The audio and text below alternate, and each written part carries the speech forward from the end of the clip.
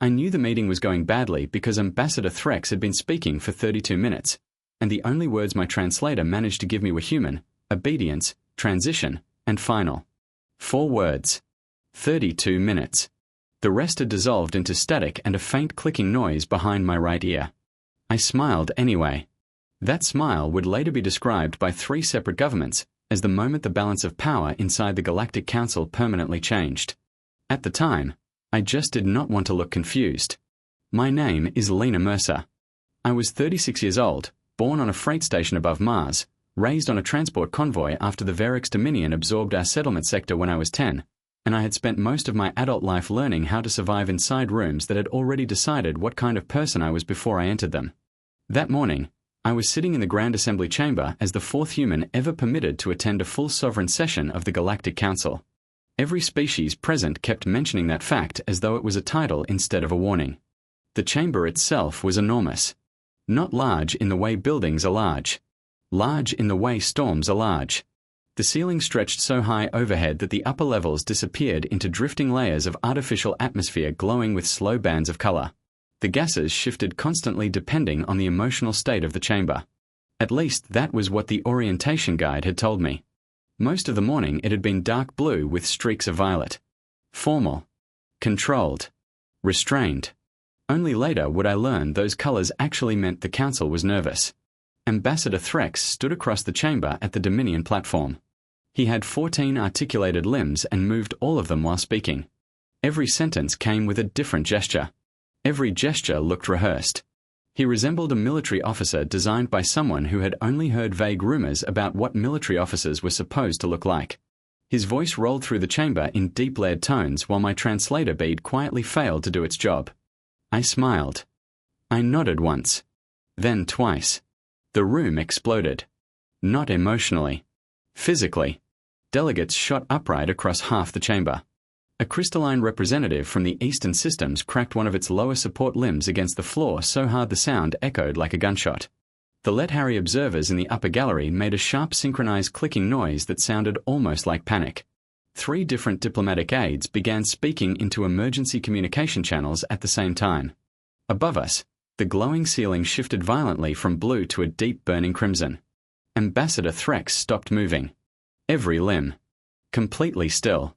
He stared directly at me. I kept my expression neutral. Humans learn early that uncertainty becomes dangerous the moment powerful people notice it. Behind me, my assistant leaned closer. Daniel Cho. 27 years old. Brilliant under pressure.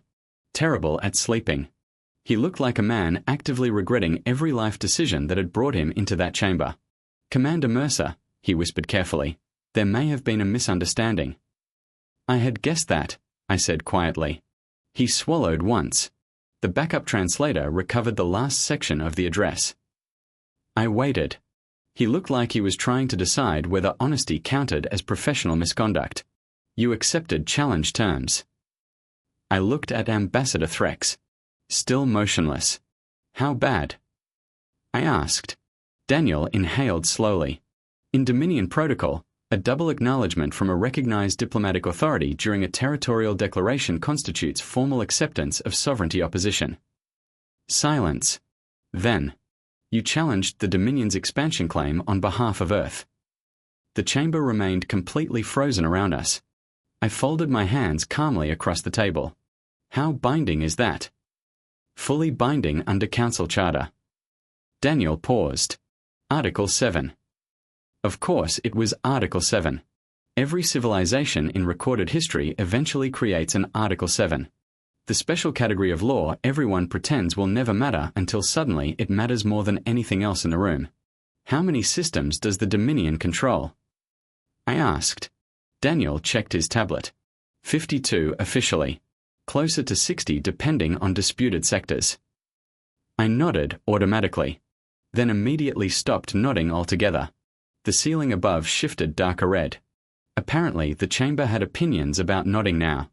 Across the room, the Minister of Strategic Analysis from the Krell Union was gripping her data slate tightly enough to fracture the edge casing. She looked at me the way scientists look at unstable reactors. Not fear exactly. Calculation. I stood carefully.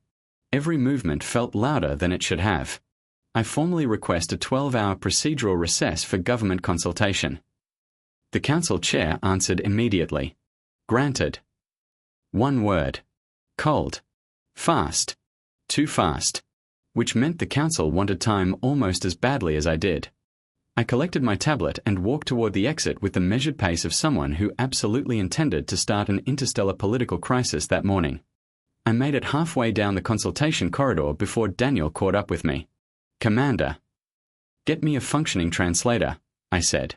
Yes, And a complete transcript of everything Ambassador Threx said. He hesitated. Right away. I kept walking. The consultation corridor was quiet and pale grey, built from polished stone that reflected distorted shadows across the floor. Council architecture always favoured surfaces that made people feel smaller. Empires love reminding visitors where they stand. I stopped beside one of the long observation windows and looked out across the station. Hundreds of ships drifted outside in careful traffic lanes. Trade vessels. Military escorts. Diplomatic transports. Every single one operating under agreements negotiated inside the chamber I had just accidentally detonated. My personal communicator vibrated. Priority channel. Earth Command. I answered immediately. General Evelyn Mercer appeared on the screen before the connection fully stabilized. My aunt. 70 years old. Sharp-eyed. Unimpressed by almost everything. Especially politicians. Behind her, Earth Command moved through its normal morning cycle. Officers crossing illuminated walkways. Strategic displays glowing across dark walls. Nobody looked panicked. That worried me more than panic would have. I hear you caused a situation, she said. I may have nodded at the wrong time. We know. Her voice stayed calm. Too calm. We received the chamber transcript 4 minutes after the session collapsed.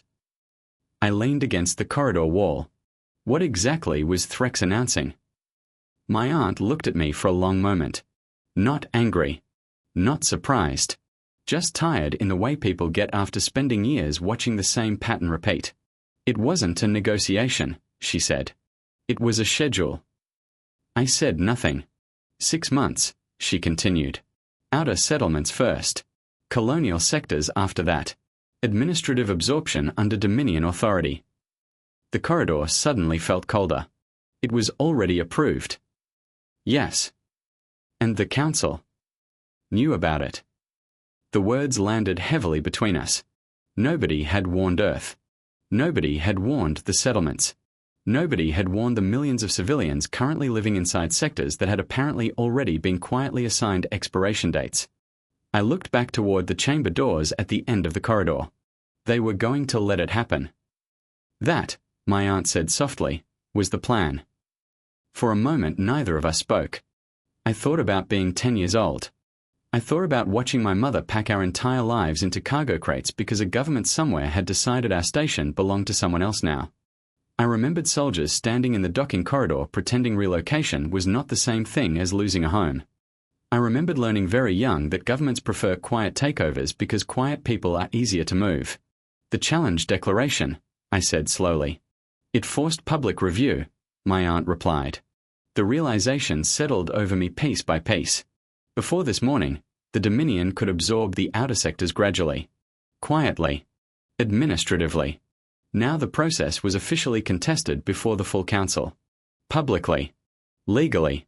Visible. I rubbed one hand across my forehead. I did not mean to do this. I know. She leaned slightly closer to the screen. But Lena. The pause mattered. People like my aunt only pause when the next sentence carries weight. You may have accidentally done exactly what we needed. I looked at her carefully. Earth Command had known. Not everything. But enough. Enough to watch fleet movements. Enough to notice patterns. Enough to realize the Dominion had already begun positioning military assets around the outer territories months ago.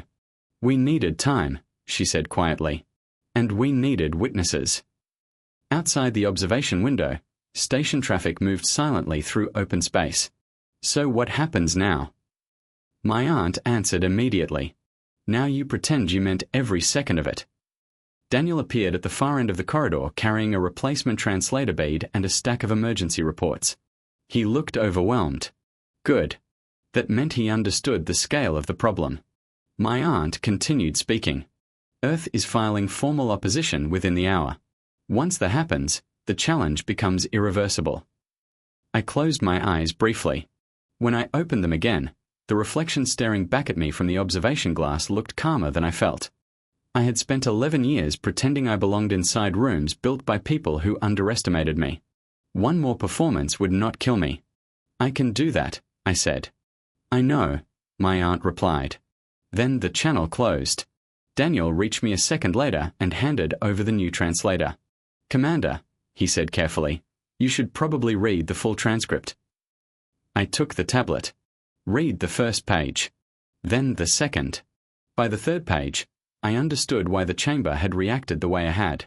Ambassador Threx had not offered diplomacy. He had announced inevitability. The Dominion was not requesting authority over the outer systems.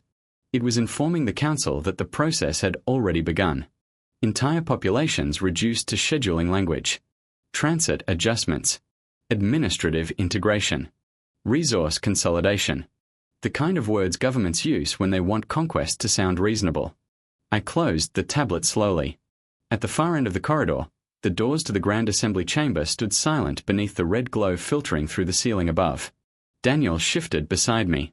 What do we do now? I looked toward the chamber. Then toward the stars beyond the station windows. Then back at the transcript in my hands. Find out everything the Council believes about human military history, I said. Daniel blinked. Yes, And then, I continued, find out everything they think they know about humans. He hesitated. What's the difference? I thought about quiet takeovers, administrative timelines, empires that preferred people obedient and predictable. Then I thought about Earth, about human history, about what happens when a species survives itself long enough to become difficult to frighten. The difference, I said quietly, is going to become very important. The transcript was worse the second time I read it. Not because the language was violent. Violence is simple. Violence announces itself honestly. You can point at it. Fight it. Prepare for it. What Ambassador Threx had delivered inside the council chamber was something quieter and far more dangerous. It was inevitability wrapped in procedure. The Dominion would absorb the outer settlements within 6 months. The council had been informed as a matter of protocol. Not consultation. Not debate. Protocol. That word stayed with me. Protocol was what powerful governments called decisions made before anyone else entered the room. I sat alone in the consultation office for nearly an hour reading every line again while the new translator bead worked perfectly behind my ear. The chamber transcript covered 42 pages. 41 of them were calm. That was the truly terrifying part. Nothing in the address sounded emotional. No threats. No shouting. No demands. Just timelines. Schedules. Administrative transfers. Entire civilizations reduced to paperwork. Daniel entered quietly carrying coffee and 3 additional data tablets. You should probably eat something too, he said. I accepted the coffee. It tasted terrible. Station coffee always tasted like someone had shown hot water a photograph of real coffee and hoped for the best. I drank it anyway. Status? I asked. Daniel sat across from me. Earth's return declaration is officially filed. Every major delegation knows by now. How bad? He gave a tired laugh. There are journalists outside the East Corridor trying to bribe maintenance staff for information. That bad, then? Yes, He slid one of the tablets across the table. I also pulled every available council assessment on human military capacity. I opened the file. 12 pages. I stared at it for several seconds. 12. Daniel nodded carefully. That's the full strategic assessment. I looked up slowly. The Council has 12 pages on a species that spent most of its history fighting itself professionally. Yes, I kept reading. The report described humanity as regionally fragmented, emotionally volatile, politically inconsistent, and strategically reactive. I almost laughed. Not because it was entirely wrong. because it was incomplete in exactly the way outsiders always misunderstood humans. The assessment focused on what humans were, not what humans became under pressure. That distinction mattered. I flipped another page. Operational unpredictability remains a severe limitation within human command structures. Another page. Human emotional behavior reduces long-term strategic reliability. Another. Independent military branches demonstrate inefficient adaptive variance. I set the tablet down carefully. They think improvisation is a weakness, I said. Daniel frowned slightly. Isn't it? I looked at him. No. Outside the consultation room, the station moved through its artificial evening cycle. Lights dimmed gradually across the corridor. Delegates passed quietly beyond the glass walls, speaking in low voices. The entire station felt tense. Like everyone understood something important had started, but nobody knew where it would end yet. Daniel studied me for a moment. You have an idea. I have several. That usually worries me. It should. He accepted that answer immediately. Good assistant. I leaned back slightly. When I was 10, I said, the Dominion absorbed our transport sector in less than 3 days. Daniel stayed quiet. The official announcement called it a stabilization measure. They said it would improve efficiency and security. I remembered the docking alarms, the relocation schedules, the soldiers standing politely beside cargo ramps while families abandoned homes they would never see again. They never fired a shot, I continued. They didn't have to. By the time people realized what was happening, every important system already belonged to someone else. Daniel looked down at the transcript. And now they are doing it again. Yes. Silence settled between us for several seconds. Then, so what's the plan? I looked at the 12-page assessment again. They believe humans are unstable. That's the official conclusion. They're wrong. I stood and walked toward the observation window overlooking the station interior. Thousands of lights glowed across the massive rotating structure. Ships moved slowly beyond the outer docking rings. Civilizations conducting business, negotiating trade, making calculations. Everything inside the council operated on prediction. That was how government survived. You learned the rules. You modeled behavior. You calculated outcomes. Humans complicated that system because humans did something deeply irritating to structured civilizations. We adapted emotionally faster than most species adapted strategically. The council saw inconsistency. Humans called it surviving. I turned back toward Daniel. Schedule me for the opening response session tomorrow morning. His eyes widened slightly. The full chamber response. Yes. That's usually reserved for senior delegations.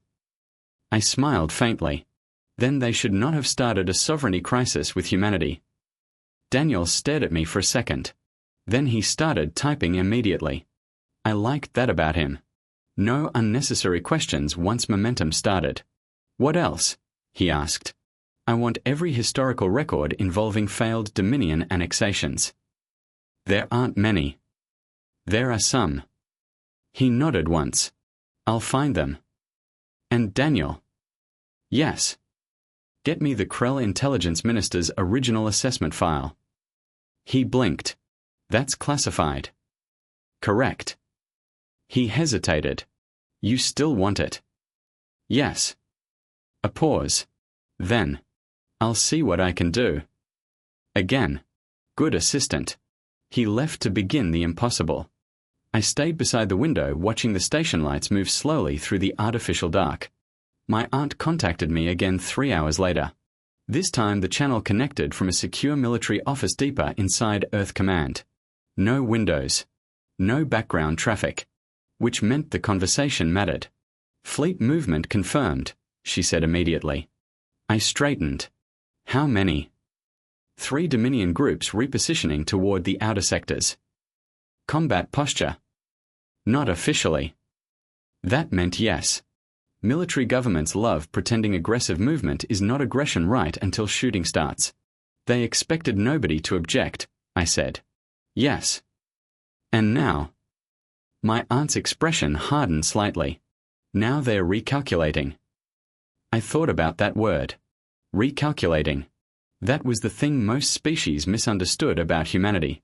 Humans were dangerous because we forced recalculations. Not always through violence. Often through persistence. Through pressure. Through making every decision more expensive than expected. Empires hated expensive decisions. "What's the council doing?" she asked. "Watching." "And you?" I looked down at the 12-page assessment still resting on the table. "I think tomorrow I'm going to embarrass several governments publicly." My aunt smiled slightly. "That's my favorite version of you." The channel closed shortly afterward. I spent the next 6 hours preparing. Reading. Cross-referencing. Building patterns. The Dominion believed control came from force projection and administrative inevitability. The Council believed stable systems mattered more than emotional species. Both assumptions contained the same flaw. Neither fully understood what humans became when cornered slowly instead of suddenly. Humans adapted best under long pressure. Not immediate disaster. Long pressure. Occupations. Restrictions. Resource shortages. Political manipulation. Human history was full of civilizations trying to control populations through careful gradual pressure. Human history was also full of those plans failing in spectacular ways. By morning, I had built my response. Not a speech. A reframing. There is a difference. The next session opened at standard council hour. The chamber was packed. Observer galleries full. Additional delegations lining the upper tiers. Even the press alcoves were crowded. Word had spread. People expected conflict. What they did not yet understand was that conflict had already started yesterday. They had simply mistaken it for paperwork. The ceiling above the chamber glowed pale amber as I entered. Neutral. Waiting. Daniel walked beside me carrying 4 data tablets and looking approximately 70% powered by caffeine. "You slept?" I asked. "Technically." "How technically?" I blinked for an hour. "Close enough." He handed me one of the tablets. Krell Intelligence Assessment. I stopped walking. "You got it." I traded 3 favors and possibly committed minor diplomatic fraud. I accepted the tablet. "I'm proud of you." "I was afraid you'd say that." We reached the Earth delegation platform just as the chamber settled into formal silence. Ambassador Threx already stood across the room at the Dominion position. Perfect posture. Perfect composure. 14 limbs folded neatly behind his back. If not for the slight tension near his lower shoulders, I might have believed he felt completely in control. But tension was there. Small. Hidden. Important. The council chair opened the session. Then the Krell Minister of Strategic Analysis requested the floor. Minister Vella approached the central podium carrying the same 12-page assessment I had read overnight. She was tall even by Krell standards, with silver markings running across dark skin in precise geometric patterns. Everything about her suggested discipline. Precision. Control. She began speaking calmly. Current Earth military structures remain regionally divided and strategically inconsistent. The chamber listened carefully. I listened too. Not to the words. To the assumptions beneath them. That was where real strategy lived. The minister described human unpredictability as operational instability, emotional response as weakness, improvisation as inefficiency, every conclusion logical, every conclusion incomplete. When she finished, the chamber remained quiet. Waiting. I raised my hand. The chair recognized me immediately. Interesting. That meant the council wanted to hear this. I walked toward the central podium carrying the 12-page assessment in one hand. The chamber lights reflected softly across the polished floor beneath my feet. Hundreds of eyes followed me. Human. Alien. Political. Military. Curious. Nervous. I placed the assessment document on the podium. Looked down at it once. Then back up at the chamber. "I have reviewed the Council's strategic assessment of Earth," I said calmly. No emotion. No anger. Just clarity. It is thorough. The data is accurate. The analysis is intelligent. Several council members visibly relaxed. That was intentional. Humans survived difficult rooms by controlling emotional temperature. Then I continued. But the framework is wrong. The chamber became very still. The assessment models humanity as a military power. I paused briefly. That is the first mistake. Minister Vella's expression tightened slightly. Good. Now we were finally discussing the real issue. I rested both hands lightly against the podium. Humanity is not dangerous because of fleet size. Silence. Humanity is dangerous because humans adapt faster than stable systems can comfortably predict. Nobody moved. So I continued. For most species, pressure creates consistency. Under threat, civilizations centralize. Decision patterns narrow. Responses become increasingly predictable. I looked directly toward the Dominion delegation. Humans do the opposite. The ceiling above shifted slightly darker amber. Under pressure, I said softly, humans decentralize. We improvise. We break procedure. We create solutions emotionally before we fully create them logically. A few delegates exchanged uncertain looks. Good. Uncertainty meant they were thinking instead of categorizing. The Council describes this behavior as instability, I continued. That interpretation is understandable. I picked up the 12-page assessment. But unpredictability is only weakness when your enemy understands what you are going to do next. The chamber stayed silent enough that I could hear the low hum of the atmospheric systems overhead. I set the assessment back down carefully. Human history contains thousands of years of internal conflict. Civil wars. Revolutions. Resource collapses. Political fragmentation. Nearly every mistake an intelligent species can make against itself. I paused. And we survived all of them. Now the chamber truly listened. Because survival mattered to civilizations more than morality ever did. Earth does not adapt because adaptation is admirable, I said quietly. Earth adapts because humans have spent most of recorded history surviving versions of ourselves. Nobody interrupted. Nobody moved. Even Ambassador Threx remained completely still across the chamber. I looked slowly around the room. At this moment, the Council believes it is evaluating a territorial dispute. Another pause. It is not. The amber ceiling darkened further overhead. What you are actually evaluating, I said, is whether forcing pressure onto a species built by pressure is strategically intelligent. Silence. Absolute silence. Then I added the final sentence carefully. We have been observing Dominion fleet movements for 8 months. Several heads turned immediately toward the Dominion delegation. Not panic. Calculation. Exactly what I wanted. I stepped away from the podium. Thank you, I said calmly. Then I returned to my seat without looking back. The chamber remained silent for nearly 10 full seconds. Then the entire room erupted into overlapping conversation at once. And across the chamber, for the very first time since this started, Ambassador Threx no longer looked certain. Ambassador Threx requested a procedural recess 11 minutes later. That alone changed the atmosphere inside the chamber. Dominion representatives did not request pauses. They announced outcomes. The difference mattered. The Council chair granted the recess immediately, and the chamber dissolved into organized chaos. Delegates stood in clusters speaking rapidly into private communication channels. Observer galleries buzzed with nervous conversation. 3 different media drones floated overhead trying unsuccessfully to pretend they were not recording reactions. The ceiling above us shifted from amber into something sharper. Gold mixed with pale green. A color my briefing documents did not identify. I noticed Minister Vella from the Krell Union watching me across the chamber. Not hostile. Interested. That worried me more. Intelligent people become dangerous the moment they stop underestimating you. Daniel appeared beside me carrying 2 tablets and fresh coffee. You've become extremely unpopular with at least 6 governments, he said. Only 6. For now. I accepted the coffee carefully. This one actually smelled correct. A promising development. What's happening? I asked. Daniel checked his tablet. 3 delegations formally requested meetings with Earth during recess. Which ones? The Olveran Trade Coalition, the Seth Diplomatic Bloc, and the Prel Observer States. I looked at him. The Prel?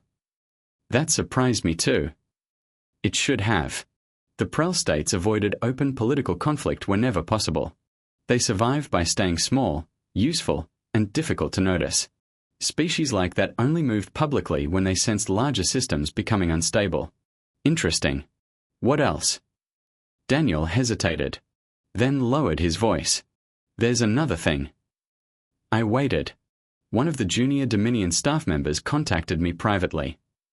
That got my attention. Why? He asked for a secure meeting. Name? Daniel glanced around before answering. Saren Val. I searched my memory. Young Dominion diplomatic aide. Mid-level administrative clearance. Present during both council sessions. Quiet. Observant. The kind of person most governments forget is listening. Did he say what he wanted? No. Daniel paused. But he sounded afraid. That mattered. Fear inside stable empires is never random. I looked across the chamber toward the Dominion delegation. Ambassador Threx stood surrounded by advisors speaking in low-control tones. Perfect posture. Perfect discipline. But now the stillness looks strained instead of confident. Pressure changes body language before it changes policy. Arrange the meeting, I said. Daniel blinked. Seriously? Yes. That could be a trap. Of course it could. You still want the meeting? Yes. He sighed softly. Sometimes I miss when my job mostly involved scheduling. You chose diplomacy. I was young and optimistic. I almost smiled. Schedule it for tonight. Daniel typed quickly into his tablet. Done. The recess lasted 40 minutes. By the time the chamber reconvened, the atmosphere had completely changed. Yesterday, the council had expected routine absorption proceedings. Today, governments were recalculating military probabilities in real time. That was the thing about political systems. They appear immovable until somebody changes the numbers inside the equation. Then suddenly everyone remembers survival matters more than pride. The second session opened with formal statements from outer sector delegations. Most were cautious. Careful. Nobody wanted direct confrontation with the Dominion. Not yet. But caution itself had changed shape. Yesterday they spoke like observers. Today they spoke like people checking exits in a burning building. Then Minister Vela requested the floor again. Interesting. The Krell rarely revised public analysis mid-session unless something significant had shifted. She approached the podium holding an updated assessment file. Not 12 pages anymore. 23. That made several delegates visibly uncomfortable. Good. It should have. Following additional review, Vela said calmly, the Krell Union acknowledges that prior strategic modeling regarding humanity may have contained structural limitations. Very diplomatic wording. Translation. We may have misunderstood something important. The chamber listened carefully. Vela continued. Previous assessments categorized human adaptability as operational inconsistency. Further analysis suggests this interpretation may be incomplete. She looked directly toward me. Not hostile. Professional. Human decentralized response structures appear capable of unusually rapid tactical evolution under pressure conditions. A few delegates shifted uneasily. Because now the conversation was no longer about whether humans were emotional. Now the conversation was becoming whether emotional adaptation itself might be strategically superior in unstable conditions. Dangerous idea. Very dangerous idea. For empires especially. Minister Vela continued speaking. Additionally, historical review indicates human populations subjected to long-term external administrative pressure demonstrate significantly elevated institutional infiltration rates over time. That sentence landed heavily across the chamber. I stayed perfectly still. Vela looked toward the Dominion delegation. Patterns include bureaucratic absorption, economic dependency reversal, local administrative restructuring, and cultural persistence despite formal political integration. Now several delegates were openly staring at me. Not fear. Recognition. They were beginning to understand something the Dominion should have understood years ago. Humans did not resist occupation the way most species resisted occupation. Humans adapted inside systems slowly until the systems themselves started changing shape. Minister Vela finished calmly. The revised assessment recommends re-evaluating all predictive Dominion expansion models involving human-aligned territories. Silence followed. Then Ambassador Threx stood. The chamber instantly quieted. He moved toward the podium with the same controlled precision as before, but now I could see the adjustment underneath it. The Dominion ambassador was no longer addressing a room that assumed victory. Now he was addressing a room asking whether the price might become inconvenient. His voice rolled through the chamber. The Dominion remains committed to lawful administrative transition procedures. Administrative. Always administrative. Never conquest. Never annexation. Governments love softer words for hard things. Threx continued. Recent Earth statements appear designed to create unnecessary instability regarding processes already recognized under Council authority. I watched him carefully. There it was. The shift. Yesterday, the Dominion spoke with certainty. Today, they were defending legitimacy. That difference mattered enormously. The ambassador continued speaking for several minutes. Careful language. Measured pressure. Political reassurance. But underneath every sentence sat the same problem.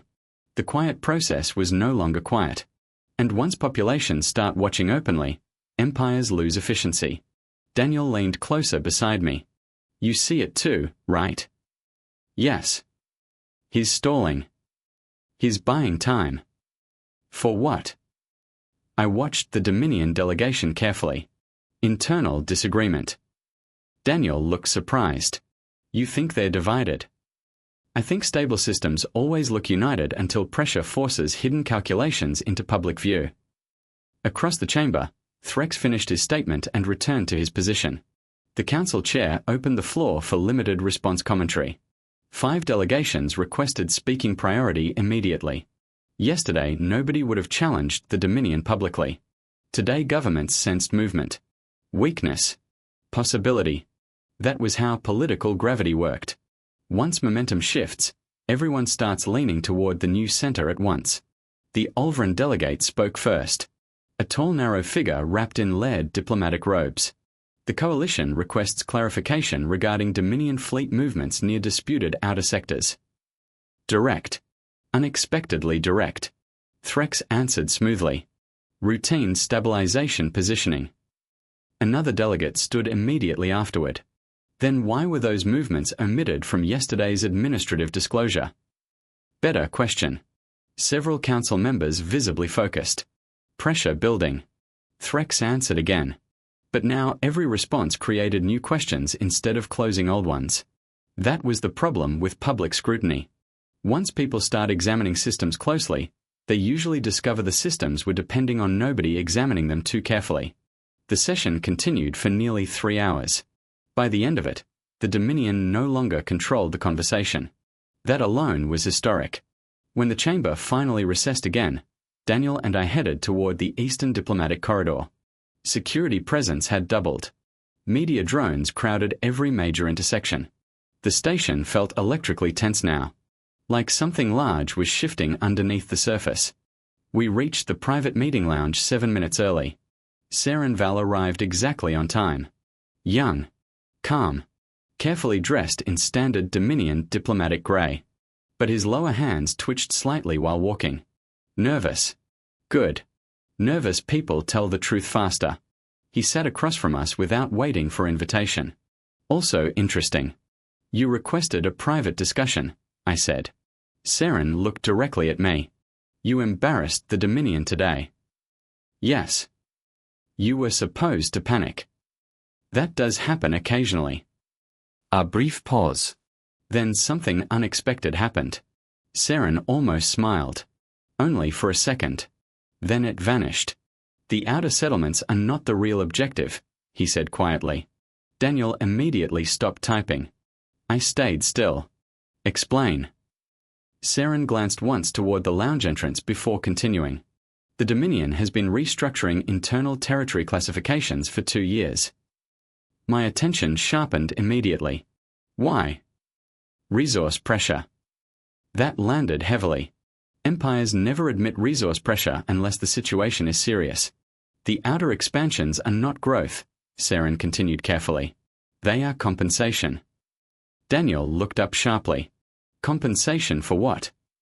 Saren hesitated. Then, the inner systems are becoming unstable. Silence. Real silence this time. Not political silence. Dangerous silence. I studied him carefully. How unstable. His expression tightened. The Dominion can maintain appearances for approximately another 4 standard years. Daniel stared. That's impossible. No, Saren said quietly. It is classified. Important distinction. I leaned forward slightly. And the outer settlements. Needed economically. Needed politically. Needed fast. The shape of the entire situation shifted in my mind all at once. This was not expansion driven by confidence. It was expansion driven by pressure. That changed everything. Because desperate empires make mistakes. Large mistakes. Why tell us this? I asked. Saren looked at me steadily. Because the 6 sectors are next. I felt cold immediately. Not emotionally. Strategically. The 6 sectors. Mid-ring territories. Administrative populations. Mixed cultures. Limited representation. Colonies. He meant colonies. Human and non-human alike. The same pattern repeated outward. Quiet absorption. Resource extraction. Administrative consolidation. A slow machine consuming weaker territories to stabilize the center. I thought about my childhood station. My mother packing crates under military supervision. People disappearing into temporary relocation processing. Same machine. Different century. You're from one of those sectors, I said softly. Saren did not answer immediately. Then, yes. There it was. Not ideology. Not politics. Personal history. That was why he was here. Humans understood that motivation better than most species. Pain creates honesty eventually. What do you want from Earth? I asked. Saren looked toward the observation window beside us where station lights drifted slowly across the darkness outside. A public record. I understood immediately. Of course. Quiet systems survive by controlling documentation. Once truths enter official archives publicly, removing them becomes harder. What kind of record? Saren reached slowly into his case and placed a small data crystal on the table. Daniel stared at it. I did not touch it yet. What is this? Internal Dominion restructuring schedules. My pulse slowed instead of quickened. Training. You never react visibly before understanding scale. How extensive? 6 sectors currently flagged for administrative reduction. Daniel looked horrified. How many civilians? Saren answered softly. Approximately 43 million. The room became very still. Outside the station window, traffic continued moving peacefully through space. Ships arriving. Ships departing. Governments conducting ordinary business while entire populations quietly sat on administrative timelines nobody intended to announce publicly. I looked at the data crystal resting between us. Then at Saren. If we place this on the council record, I said carefully, the Dominion will know it came from inside. Yes. They'll come after you. Another pause. Then Saren gave a very human answer. They already were. That was the moment I decided to trust him. Not completely. Never completely. But enough. I picked up the crystal slowly. When did you decide to do this? Saren looked directly at me. The moment you challenged them publicly. I frowned slightly. That was an accident. No, Saren said quietly. It became something else the moment you refused to back down. I did not sleep that night. Neither did Daniel. By 2 a.m, the private consultation room looked less like a diplomatic office and more like the center of an organized conspiracy. Data screens covered every wall. Sector maps rotated above the central table. Dominion fleet paths glowed red across half the outer territories. And in the middle of it all sat Saren Val's data crystal. 43 million civilians. 6 sectors. Administrative reduction schedules already approved internally months ago. Quietly. Always quietly. Daniel leaned back in his chair, rubbing both eyes. I need you to tell me this is the worst thing we are going to find tonight. I reviewed another document. It will almost certainly become worse. Good. Excellent. Fantastic for morale. I almost smiled. Almost. What's the status of verification? 3 independent confirmations already. He tapped one of the screens. The files are real. That mattered. Authentic documents changed everything. Rumors could be dismissed. Official records became harder to bury. I studied the rotating sector map. The Dominion had not expanded randomly. Every target sector formed part of a larger economic chain feeding resources toward the inner systems. Fuel, manufacturing, trade corridors. This was not conquest for prestige. It was survival. Desperate governments are dangerous because desperation shortens timelines. That explained the 6-month schedule. The Dominion was running out of time. Daniel looked up from his terminal. There's more. There's always more. One of the flag sectors filed 13 separate economic complaints to the Council over the last 2 years. I looked at him. What happened to them? They disappeared into committee review. Of course they did. Bureaucracies rarely kill problems directly. They bury them under process until the people involved become too exhausted to continue fighting. I leaned back slowly. They thought nobody was paying attention. Daniel nodded once. Because usually nobody does. Silence settled over the room for a few moments. Then Daniel spoke again. You know what the terrifying part is. What? The Dominion probably believes they're saving themselves. I looked at the glowing sector map. He was right. Empires rarely see themselves as villains. Most destructive systems believe they are necessary. That was what made them difficult to stop. People will justify almost anything if survival sits on the other side of the equation. My communicator vibrated softly. Priority channel. General Mercer. I accepted immediately. My aunt appeared on screen already holding a datapad. Fleet update, she said without introduction. I straightened slightly. Go ahead. 2 Dominion carrier groups changed course 3 hours ago. Toward the outer sectors. No. I frowned. Where then? They're pulling back. Daniel looked up sharply. Pulling back, he repeated. My aunt nodded once. Not fully retreating, but they've slowed forward positioning. I looked toward the sector map again. Pressure. The Council scrutiny was already changing calculations inside the Dominion. Not enough yet. But movement had started. What caused it? I asked. We think your speech forced internal review. Daniel blinked. That fast? Governments move quickly when expensive outcomes suddenly become public. My aunt's expression hardened slightly. The Dominion expected quiet annexation. Public resistance complicates the model. Yes. Exactly. That was the weakness hidden inside every controlled system. Efficiency depends on predictability. The moment populations start watching openly, efficiency collapses. I looked at the crystal on the table. We are placing the restructuring files on the Council record tomorrow morning. Daniel stopped typing. My aunt stayed silent for one long second. Then, that will trigger panic. It will trigger transparency. Those are not always different things. No, I agreed quietly. But hidden timelines only stay hidden if nobody drags them into daylight. My aunt studied me carefully. You've changed the chamber already. Not enough. Lena. Her voice softened slightly. Be careful. Desperate governments become irrational. I thought about the 12-page threat assessment. About emotional instability. About how often powerful civilizations mistake controlled behavior for rational behavior. Humans aren't the only species that panic under pressure, I said. For the first time all night, my aunt smiled. A tired smile. But real. No, she admitted. We absolutely are not. The channel closed shortly afterward. Daniel stared at me across the room. You know tomorrow could permanently destroy Earth's diplomatic standing if this goes wrong. Yes. And if it goes right? I looked back toward the glowing sector maps. Then the Dominion stops being inevitable.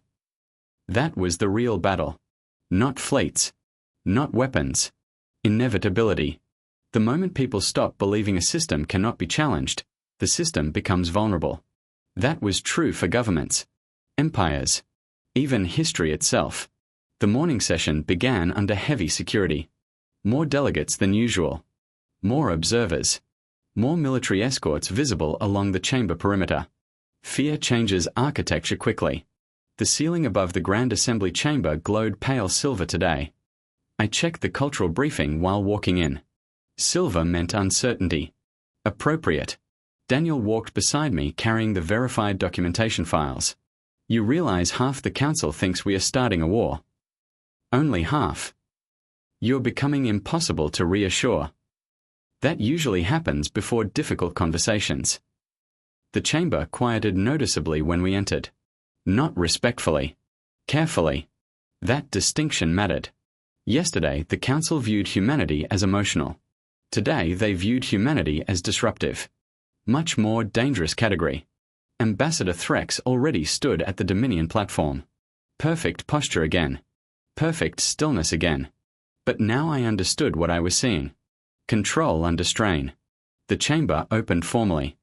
I requested speaking priority immediately. Several delegates reacted visibly to that. Good. Momentum matters inside political systems. If you move first, you control framing. I walked toward the central podium carrying the data files. The chamber lights reflected softly across polished black stone beneath my feet. Hundreds of faces watched silently. Waiting. Calculating. The council chair recognized me. I placed the data crystal against the podium scanner. This morning, I said calmly, Earth submits supplemental documentation regarding Dominion territorial restructuring operations. The chamber became very still. Behind me, the central display activated. Sector maps filled the air above the podium. 6 highlighted territories. Administrative schedules. Population projections. Relocation forecasts. Economic extraction models. Everything documented in clean official Dominion formatting. No speculation. No accusations. Just facts. And facts become dangerous when spoken aloud publicly. Murmurs spread instantly across the chamber. I continued before anyone interrupted. These files originate from internal Dominion administrative planning divisions. Now the room truly reacted. Several delegates stood immediately. Others began speaking into communication channels.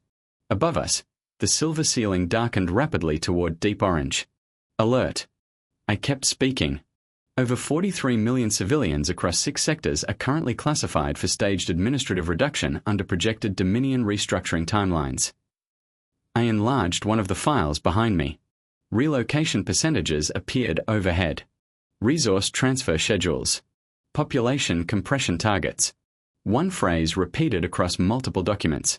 Cultural simplification compliance.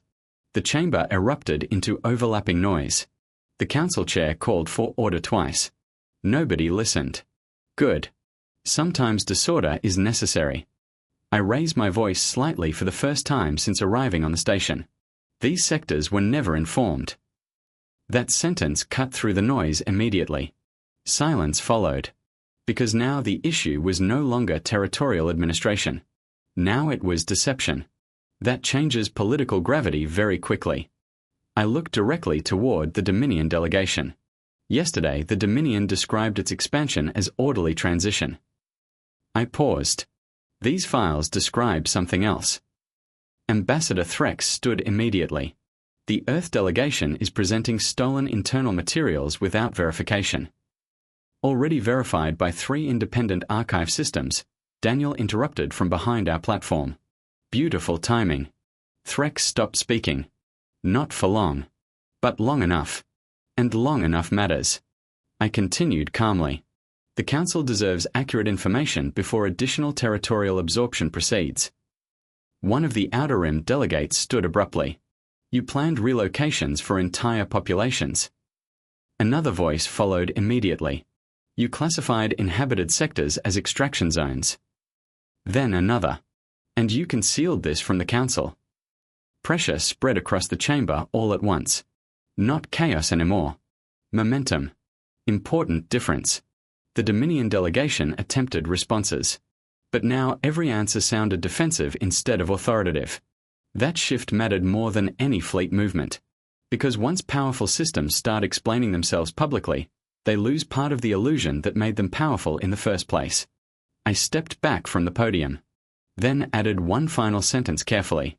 Earth formally requests emergency sovereignty review protections for all 6 flag sectors pending full council investigation. The chamber exploded again. This time louder. Delegates speaking over each other. Emergency channels activating across multiple platforms. Observer galleries in complete uproar. And above it all, the glowing ceiling shifted fully from silver into gold-green. That strange color again. The color not listed in any cultural briefing. I noticed Minister Vela staring upward at it briefly. Interesting. She recognized it. That meant something. Ambassador Threx requested immediate procedural suspension. The council chair denied it. Another historic first. Now even the chair understood momentum had shifted too far publicly to suppress. Daniel leaned close beside me. You realize the Dominion may never forgive this. I watched the chamber carefully. No, I said quietly. They'll remember it. That was different. Forgiveness implies superiority. Memory implies caution. And caution was exactly what Earth needed right now. Across the chamber, multiple delegations were already approaching one another privately. New conversations. New alignments. New calculations. The old balance inside the council was breaking apart in real time. Because once hidden systems become visible, everyone starts wondering what else they were not supposed to see. Then something unexpected happened. Minister Vela stood again. The chamber gradually quieted. The Krell Intelligence Minister looked toward the council chair. Then toward me. Then finally toward Ambassador Threx. We are revising the human strategic assessment again, she said calmly. Silence. Complete silence. The updated conclusion, Vela continued, is that humanity should no longer be modeled primarily as a military actor. I felt the room focus completely. Every delegate listening. Every observer waiting. Vela's voice remained perfectly controlled. Humanity functions as a destabilization catalyst for rigid systems under concealed strain. Nobody moved. Nobody breathed. And then she delivered the sentence that changed the chamber permanently. In practical terms, she said quietly, Earth does not defeat opposing structures through direct force. A pause. It forces those structures to collapse under the weight of their own hidden mathematics. Absolute silence. Then across the chamber. For the very first time. Several delegations began moving toward the Earth platform instead of away from it. The first delegation to reach us was the Olverin Coalition. That mattered. Trade governments survive by predicting stability before everyone else notices instability. If the Olverin were moving publicly toward Earth, it meant they believed the balance inside the Council had already shifted. Their lead representative stopped in front of our platform while the chamber still buzzed with overlapping arguments. We would like to discuss alignment terms, she said calmly. Not support. Not cooperation. Alignment. Careful word. Expensive word. Daniel looked at me once. I answered immediately. Earth is listening. That was all diplomacy really was at this level. Not speeches. Openings. The Seth delegation approached next. Then the Prel observer states. Then 2 independent mid-ring governments I had never even spoken to before. By the time the chamber finally recessed, a line had formed near the Earth platform. Yesterday we had been a courtesy presence. Today governments were recalculating around us. That was the thing nobody on the Council had fully understood. Humans did not need to dominate systems directly to change them. We only needed to alter the cost calculations inside the room. Daniel and I barely made it into the Eastern Diplomatic Corridor before 3 separate communication requests hit our tablets simultaneously. He stared at the notifications. You broke the station. Not yet. You're saying that like there's still time. There's always time for things to become worse. He sighed. I miss normal paperwork. Normal paperwork started this. Fair point. We continued toward the private consultation wing while station staff rushed through the corridors around us carrying data slates and emergency archive updates. The entire station felt different now. Faster. More alert. Like a structure waking up unexpectedly in the middle of the night. At the far observation window overlooking the docking ring, I noticed something unusual. 3 Dominion military escorts were departing the station. Fast. Not emergency fast. Controlled fast. Strategic withdrawal speed. I stopped walking. Daniel followed my gaze. They're leaving. Yes. Why? I thought about Minister Vella's revised assessment. Destabilization catalyst. Rigid systems under concealed strain. The Dominion was beginning to understand the danger now. Not military danger. Political danger. Visibility. Public records. Questions. Once populations begin asking questions openly, stable empires become fragile very quickly. My communicator vibrated. Priority military channel. General Mercer again. I accepted immediately. My aunt appeared already reading reports. There's movement, she said without greeting. Fleet. Political. I waited. 3 Dominion mid-ring administrations just requested emergency clarification regarding their own sector classifications. Daniel stared.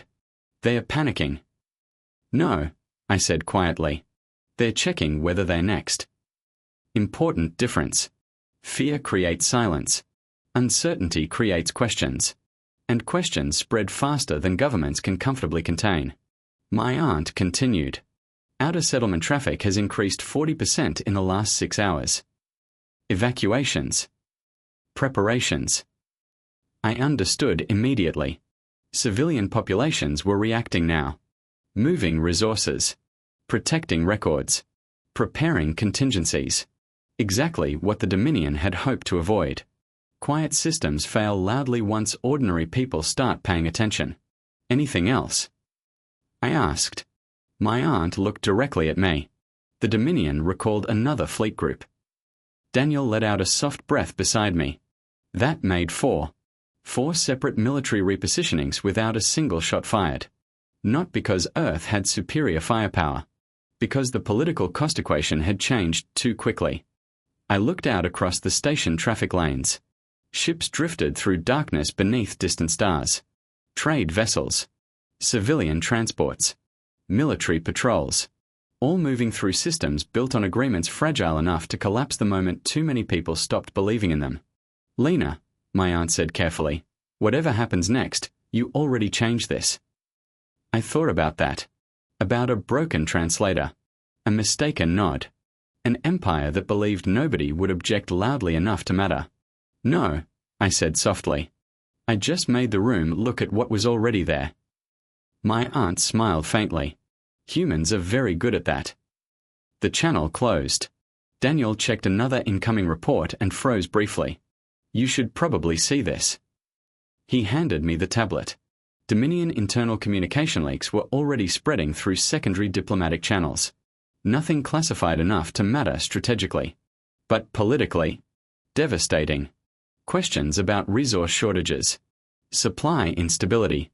Mid-ring dissatisfaction. Internal restructuring concerns. The image of absolute Dominion control was beginning to crack. And once perfect systems crack publicly, people start noticing how many fractures were already there underneath. Who leaked these? Daniel asked. I thought about Sarah and Val. About nervous hands and careful voices. About populations forced into silence long enough that eventually silence itself becomes unbearable. Probably someone tired of being managed quietly, I said. We reached the private strategy lounge moments later. Inside, representatives from 4 delegations already waited around the central table. Allfather, Seth, Prell, and Minister Vella herself. Interesting. Very interesting. The Krell Intelligence Minister rarely attended unofficial meetings personally unless the situation carried exceptional importance. Vella gestured toward the open chair. Commander Mercer. Minister. I sat carefully. Daniel remained near the rear wall organizing incoming reports. The room stayed quiet for several seconds before the Olvran representative finally spoke. The Dominion is weakening faster than expected. Direct. No diplomatic decoration. Good. I preferred honest rooms. Vela folded her hands carefully. The Dominion is not collapsing, she said calmly. Not yet. Not yet. Important wording. The Seth delegate leaned forward. But pressure exists. Vela nodded once. Yes. I studied her carefully. You knew. The minister looked at me steadily. We suspected. Resource shortages. Internal strain patterns. Economic contraction. Administrative compression. Exactly what Saren described. The Prel representative spoke softly. And nobody acted. Vela answered with complete honesty. There was insufficient proof. That was the problem with large political systems. Everyone notices pressure early. Nobody moves until evidence becomes impossible to ignore publicly. Because moving too early creates risk. Moving too late creates disaster. Civilizations spend centuries trying to find the perfect balance between those two mistakes. Usually unsuccessfully. I looked around the table. So why are we here? The Olveran representative answered immediately. Because the council is changing. No hesitation. No uncertainty. Just recognition. Vela activated the central display. Political alignment charts appeared overhead. Support projections. Voting blocks. Sovereignty review probabilities. I studied the numbers silently. Then realized what I was actually looking at. This isn't about the 6 sectors anymore, I said quietly. No, Vela agreed. It is not. The room became still. Because now everyone present understood the same thing simultaneously. The Dominion crisis was becoming something larger. A restructuring of council power itself. The Prel representative spoke carefully. Several delegations are discussing a charter revision proposal. Daniel looked up sharply. A what? Vela enlarged the projection. Expanded sovereignty protections. Increased oversight authority. Independent sector representation rights.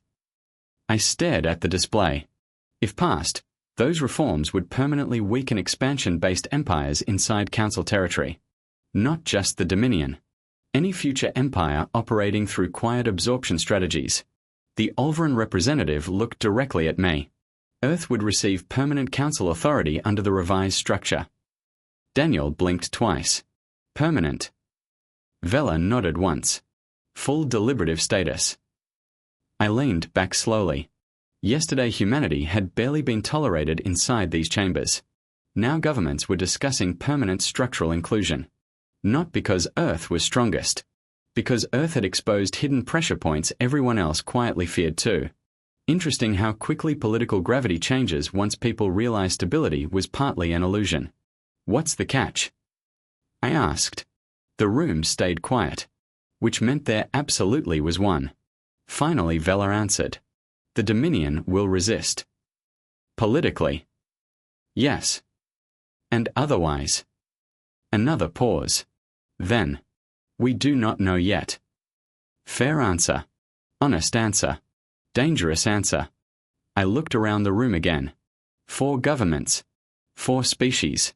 4 entirely different political systems. All sitting together because one accidental diplomatic challenge had forced hidden tensions into public view. History changes strangely sometimes. Not always through wars. Not always through revolutions. Sometimes through paperwork. Through archives. Through somebody asking questions at exactly the wrong moment for the people trying hardest to avoid them. Daniel's tablet vibrated again. He checked it. Then looked up slowly. Commander. What?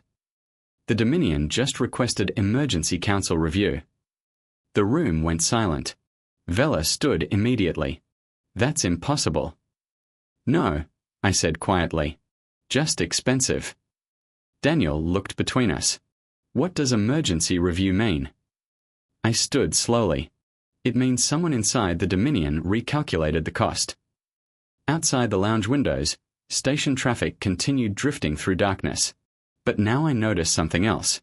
Ships were changing direction. Not fleeing. Positioning. Watching. Waiting. The station itself seemed to hum differently now. Like the entire structure understood something important had shifted.